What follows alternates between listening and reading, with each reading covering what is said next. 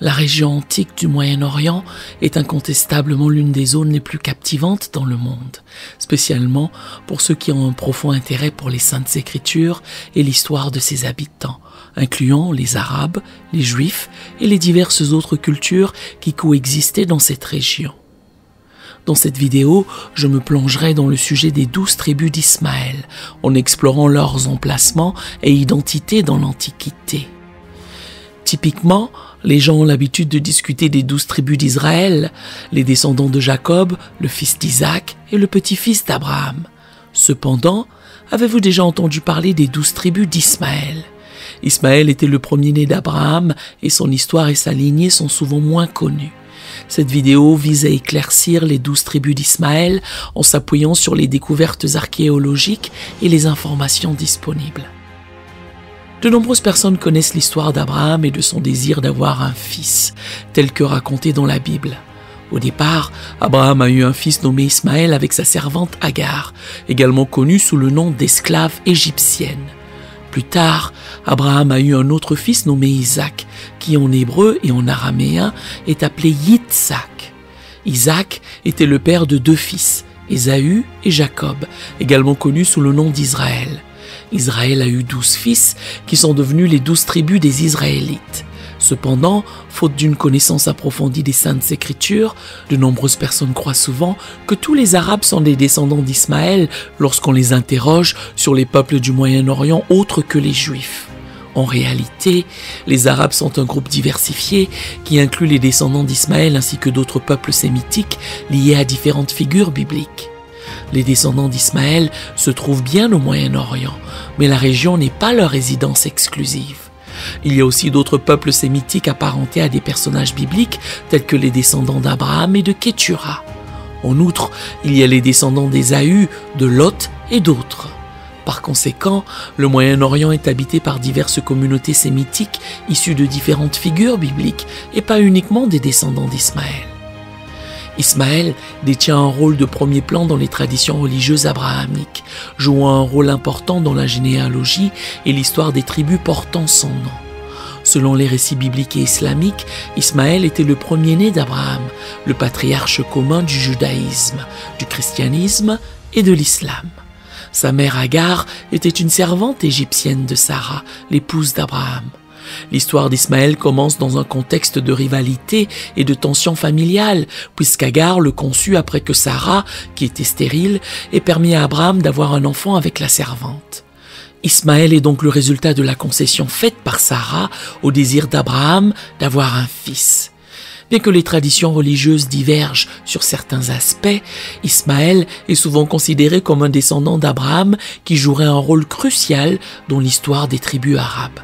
Son nom en hébreu signifie « Dieu entendra », faisant allusion à la promesse divine selon laquelle Ismaël serait béni et deviendrait le père d'une grande nation. Pour les musulmans, il s'agit d'une figure particulièrement importante puisqu'on croit qu'il a joué un rôle dans la construction de la Kaaba, le lieu le plus saint de l'islam, situé à la Mecque. Par conséquent, l'histoire d'Ismaël revêt une immense signification, servant de point de rencontre crucial pour les 3 grandes religions monothéistes. Ces implications culturelles et religieuses ont résonné tout au long de l'histoire des tribus ismaélites. Selon le récit biblique, Dieu a fait la promesse à Abraham qu'Ismaël engendrerait 12 fils et deviendrait une grande nation, comme documenté dans le livre de la Genèse. Par la suite, dans Genèse 25, versets 13 à 15, les noms des 12 fils d'Ismaël sont énumérés. Nebajot, premier-né d'Ismaël, Kédar, Adbil, Mibsam, Mishma, Duma, Massa, Hadad, Théma, Jétur, Naphish et Kedma. Ces fils sont devenus les princes d'Israël et les 12 tribus de descendance ismaélite. Avec d'autres tribus de lignée ismaélite, ils ont habité une vaste région au Moyen-Orient, notamment les Madianites, qui étaient les frères des Ismaélites et faisaient partie de ces peuples sémitiques. De plus, il y avait 5 autres tribus descendues d'Abraham par son union avec Kétura. Il est à noter que les Ismaélites et les Madianites semblent avoir des liens étroits, étant même regroupés dans les généalogies. Toutefois, au fil de l'histoire, les 12 tribus et les descendants d'Ismaël ont suivi des chemins distincts. Historiquement, les tribus ismaélites ont établi des colonies sur une vaste étendue géographique englobant des parties du Moyen-Orient et de l'Afrique du Nord. La péninsule arabique, incluant l'Arabie saoudite, le Yémen, Oman, la Jordanie et les Émirats arabes unis, a servi de zone principale de peuplement pour les tribus ismaélites, et ce, malgré l'environnement désertique difficile. Les Ismaélites se sont adaptés à un mode de vie nomade, employant divers moyens pour survivre dans le désert aride et ses environs. De surcroît, les tribus ismaélites ont étendu leur influence à d'autres régions, comme la péninsule du Sinaï, entre l'Égypte et Israël, ainsi que des parties du Levant incluant la Jordanie et la Syrie actuelle. Leur portée géographique s'est même étendue à l'Afrique du Nord, dont des zones comme le Soudan. Cette vaste distribution reflète les migrations et mouvements historiques des tribus ismaélites au cours des siècles. Plongeons maintenant dans certains détails moins connus sur les descendants d'Ismaël. Selon le récit biblique, le premier fils d'Ismaël s'appelait Nébajot, ce qui en faisait l'aîné. Le nom Nébajot porte une connotation prophétique telle que mentionnée dans le livre de la Genèse, où il est dit qu'il serait le père de 12 princes. En araméen, Nébajot signifie prophétie ou être associé à la prophétie. Les informations disponibles suggèrent que les tribus de Kédar et de Nébajot, descendants d'Ismaël, ont acquis une certaine importance dans l'élevage de troupeaux, comme référencé dans Isaïe 60, verset 7. Les troupeaux de Kédar se réuniront tous chez toi. Les béliers de Nébajot seront à ton service.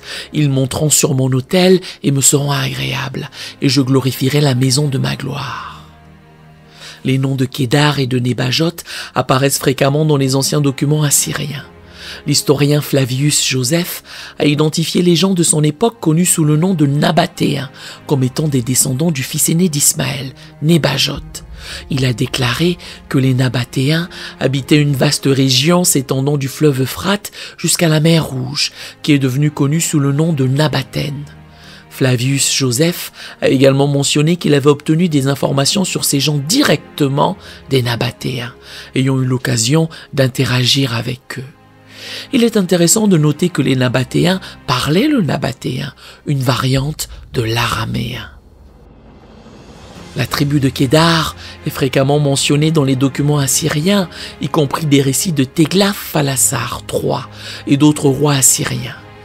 Téglath-Phalasar III, un roi assyrien influent qui a régné environ de 745 à 727 avant Jésus-Christ, est connu pour ses conquêtes et réformes qui ont eu un impact significatif sur l'empire assyrien et l'histoire de l'ancien Proche-Orient. Les tribus kédarites et nabatéennes étaient principalement composées de marchands engagés dans le commerce d'épices, de céramique et de produits similaires. Quant à la tribu d'Adbil, elle est souvent associée à la tribu d'Ilu, originaire de la terre d'Arubu, qui est passée sous la domination de Téglath-Phalasar III en 744 avant Jésus-Christ. Ilu était la forme araméenne du nom nabatéen qui, une fois traduit en anglais, serait similaire à Abdallah. Les historiens suggèrent que la tribu d'Ilu habitait la région de la péninsule du Sinaï. Pour ce qui est de la tribu de Mibsam, on en connaît peu sur son compte par rapport aux autres tribus ismaélites plus documentées. Le nom Mibsam signifie « parfum suave » en hébreu. On pense que ses descendants s'établirent principalement dans le nord de l'Arabie, mais il n'y a pas de preuves archéologiques claires identifiant leur territoire. La Bible relate que des guerriers de la tribu de Mibsam faisaient partie de l'armée de David. Ils sont mentionnés dans 1 Chronique 4, versets 34 à 43, comme ayant rejoint les rangs de David à Siklag. Cela montre que certains Mibsamites vivaient sur le territoire israélite à l'époque du roi David, au Xe siècle avant Jésus-Christ. On trouve également dans les chroniques des généalogies où des chefs de famille Mibsamites sont répertoriés. 1 Chronique 4, versets 25 à 34. Cela confirme la présence de Mibsamites parmi les Israélites après le retour de l'exil à Babylone au 5e siècle. En dehors de ces maigres informations bibliques, il n'y a pas à ce jour de traces archéologiques ou historiques directes permettant de retracer l'histoire spécifique de la tribu de Mibsam et l'étendue de ses implantations en Arabie ou au Levant. Son histoire ancienne demeure donc encore très mystérieuse.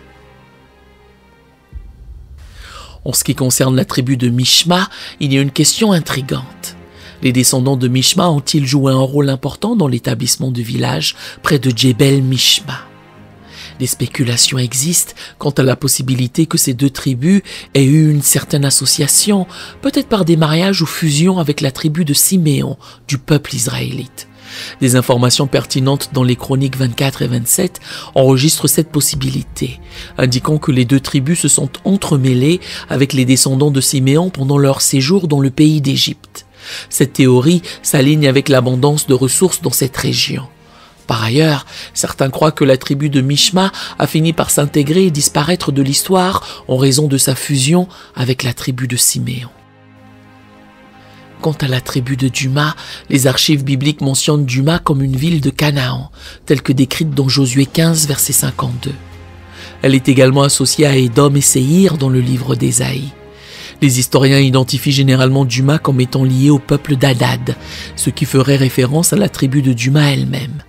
Dans un récit, Assaradon a décrit son père Sennachérib faisant face à la capitale d'Hadad dans sa tentative de soumettre les tribus ismaélites.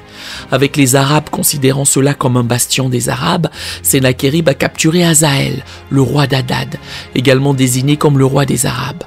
De plus, une inscription d'Urilina mentionne Eian comme le roi suprême des Kédarites, indiquant que les tribus ismaélites avaient un dirigeant central, bien qu'elles aient pu avoir aussi leurs propres chefs tribaux. En ce qui concerne la tribu de Massa, les archives de Teglath-Phalazar III mentionnent les habitants de Massa et le respect accordé à Théma, situé à environ 14 km au sud de Théma.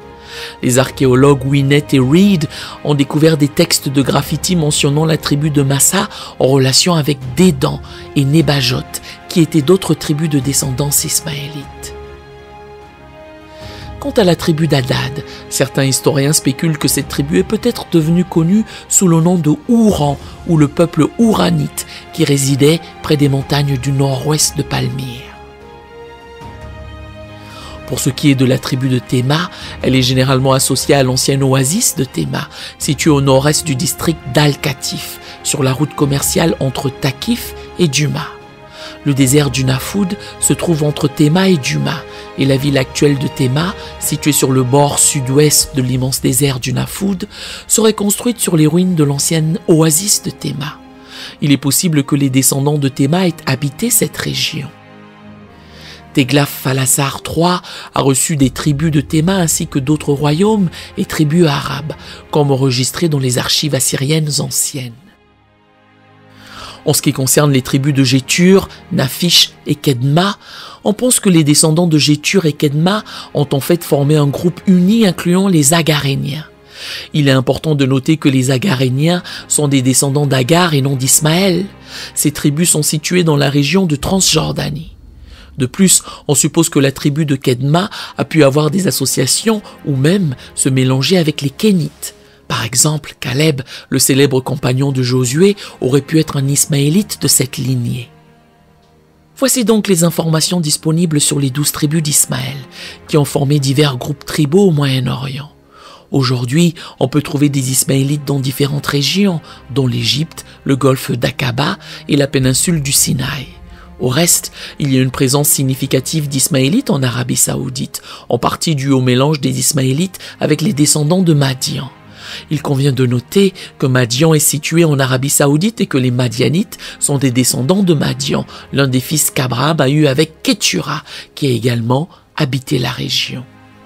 Bien que de nombreux détails restent incertains, l'histoire des 12 tribus d'Ismaël et de leur migration à travers le Moyen-Orient ancien témoigne de la complexité des liens unissant les peuples de cette région. Leur parcours entremêlé illustre les relations étroites mais mouvantes entre ces tribus apparentées, cherchant à s'adapter et prospérer dans un environnement aride et changeant. Au-delà des frontières tribales, leur héritage commun en tant que descendants d'Abraham relie ces peuples sur le plan spirituel et culturel. Leurs traditions ont fusionné au fil des siècles pour façonner un riche patrimoine qui imprègne encore aujourd'hui la péninsule arabique et le Levant. Bien que divisés, les fils d'Ismaël demeurent unis par leur passé ancestral. Leur histoire nous rappelle que dans cette région au carrefour de l'Afrique, de l'Asie et de l'Europe, les identités entrecroisées forment une tapisserie humaine aux multiples nuances.